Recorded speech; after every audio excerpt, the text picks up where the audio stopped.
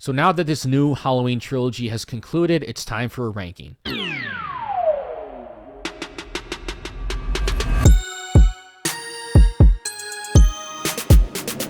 With the release of Halloween Ends, we now have 4 Halloween movies in this new current timeline, and I'm going to do a ranking of them. Just this current timeline, I'm not going to rank all of the Halloween movies because I haven't even seen most of the other ones. I've seen all 4 of these ones.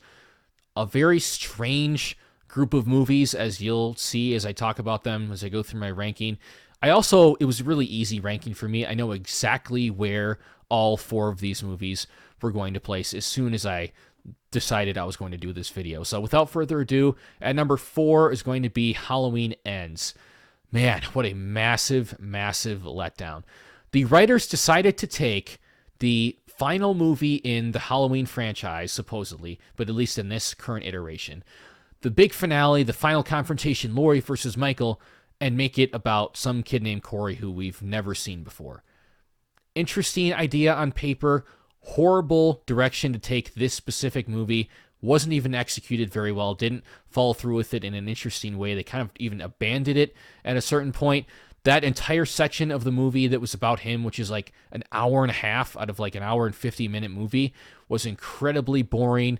No tension. Again, awful dialogue. The characterization of pretty much every character in this movie was inconsistent within this movie and even within the trilogy as a whole. They completely shit on Michael's legacy and sidelined him for a vast majority of this movie. He shows up for the last 10 minutes, but even that was incredibly underwhelming and dissatisfying because, again, he was barely in the movie. Just a massive, massive letdown, and this one is going to be pissing me off for a while now. Number 3 is going to be Halloween Kills.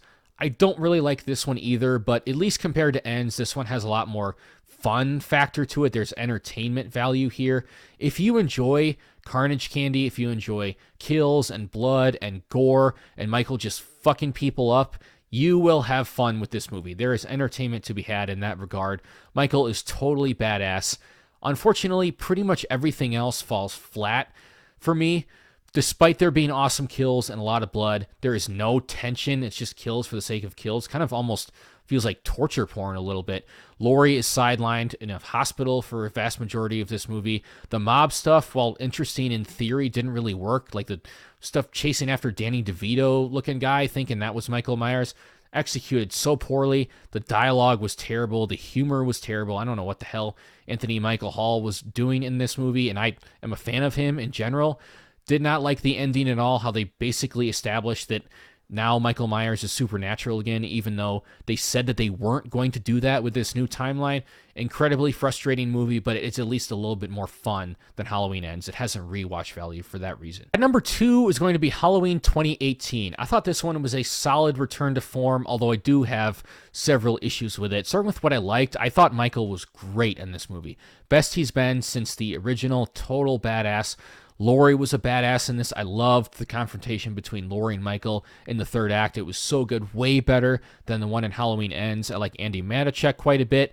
This movie, by far, has the best atmosphere and tension of the new trilogy. It has the best score of the new trilogy. There's some good kills in here, so there's a lot to like. Unfortunately, I have some pretty big issues, too, that stand out quite a bit.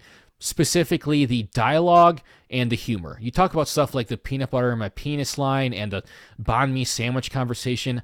How did that stuff get through? Just so awful. Terrible writing, and really, in a movie like this, really sticks out. I also hated the Dr. Sartain twist. It was the stupidest thing ever, and they don't even do anything with it. Total waste of time.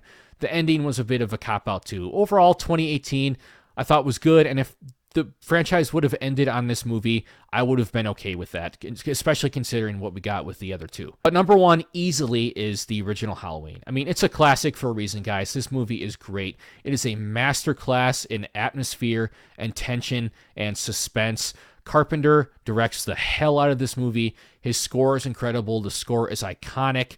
I can't think of really another movie that has a better atmosphere. The shots are so well done, and the lighting, like the scene later in the movie where you can barely see Michael's face, so well done. It holds up so well after all these years, except for some of the acting from the side characters that's about the only thing that holds this movie back, and the fact the kills were a bit tame. But it is a masterclass in how to do a simple but effective horror movie, and Carpenter is the master for a reason. So the original Halloween is easily number one.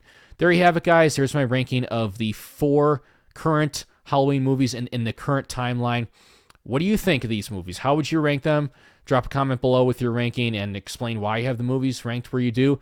If you enjoy this video, hit the like button. If you enjoy my content in general, subscribe, hit the notification bell to get notified when I post a video. And I got some more stuff coming. We'll see you soon.